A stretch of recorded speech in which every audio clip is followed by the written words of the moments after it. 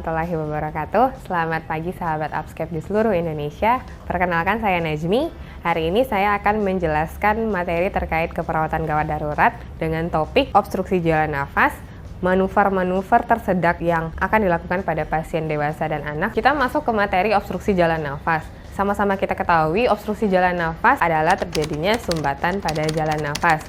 Nah, untuk obstruksi jalan nafas kita punya dua jenis obstruksi, yaitu parsial dan total. Untuk sumbatan parsial itu bisa disebabkan oleh tiga hal. Yang pertama itu adanya sekret atau cairan di jalan nafas.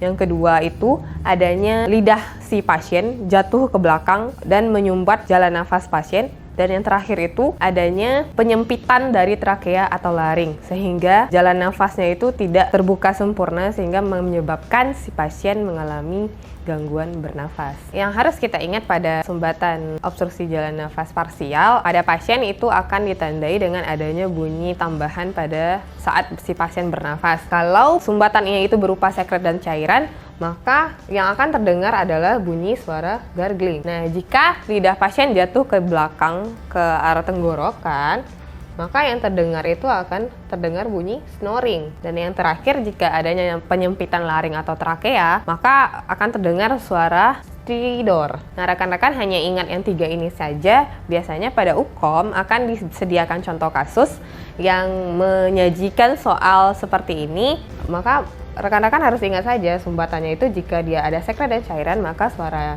nafasnya akan gargling, jika lidah itu bakalan snoring, dan jika ada penyempitan laring dan trakea itu akan terdengar suara stridor.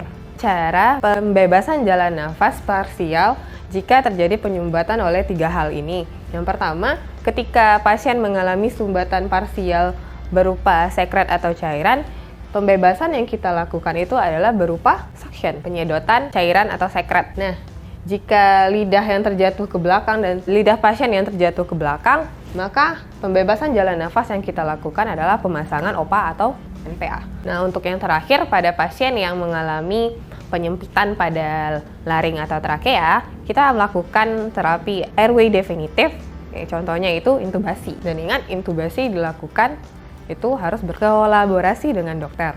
Kita lanjut ke obstruksi jalan nafas total.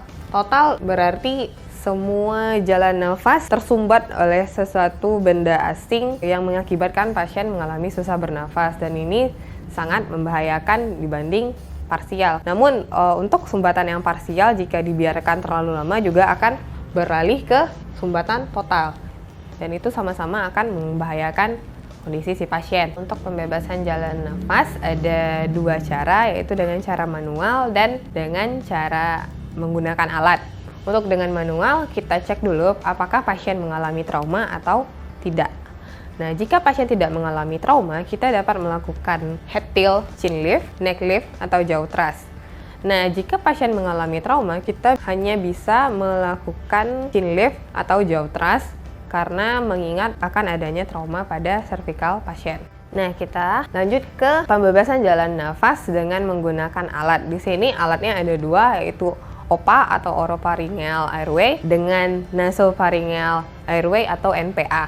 Nah, kapan saja kita menggunakan OPA atau NPA?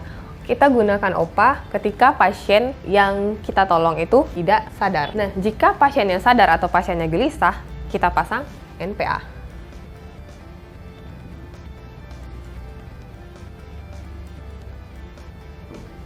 Masuk ke topik choking. Choking sama dengan sumbatan jalan nafas atau tersedak. Kita akan belajar tentang bagaimana cara mengenali gejala tersedak dan bagaimana cara mengatasi pasien yang mengalami choking atau tersedak. Nah, pada dewasa biasanya ditandai dengan kesulitan bernafas pada pasien, susah untuk bicara, dan juga lama-kelamaan akan mengalami sianosis atau kebiruan.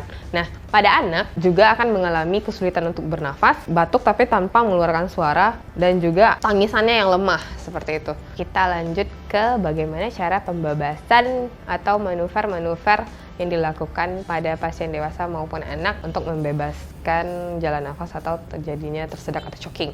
Nah, pertama, manuver yang dilakukan adalah abdominal thrust, atau yang biasa kita kenal dengan Heimlich maneuver. Nah, jika pasiennya sadar, hamil, atau gemuk, kita lakukan chest thrust. Nah, kita lanjut ke pasien anak. Untuk pasien anak bisa dilakukan dua cara, yaitu chest thrust atau back bows. Kita pilih salah satu dari dua manuver tersebut.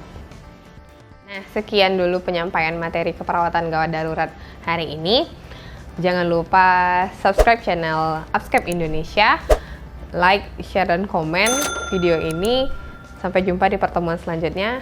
Wassalamualaikum warahmatullahi wabarakatuh.